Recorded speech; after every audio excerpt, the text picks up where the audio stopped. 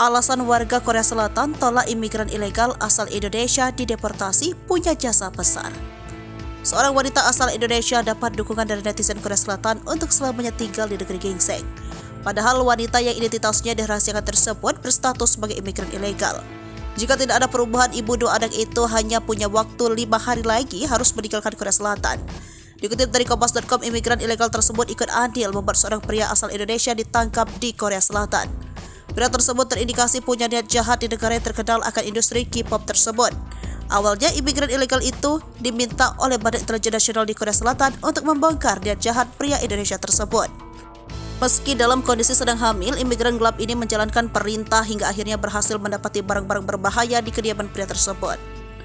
Namun masalah baru muncul, statusnya sebagai imigran gelap pun terbongkar. Meski aparat polisi di Korea Selatan sudah mengirimkan surat resmi ke kantor imigran agar dipertimbangkan bisa tinggal di Korea, hingga kini masih belum disetujui. Kantor imigran Korea Selatan kemudian memberikan visa tinggal sementara. Namun pihak imigrasi tiba-tiba kini menolak visa yang harus diperpanjang setiap tahunnya. Menurut kantor imigrasi setempat, tidak ada bukti konkret jika keamanannya terancam di Indonesia. Imigran gelap itu mengatakan ada risiko bagi dirinya jika kembali ke Indonesia. Terlebih ia memiliki 2 buah hati yang lahir dan besar di Korea Selatan.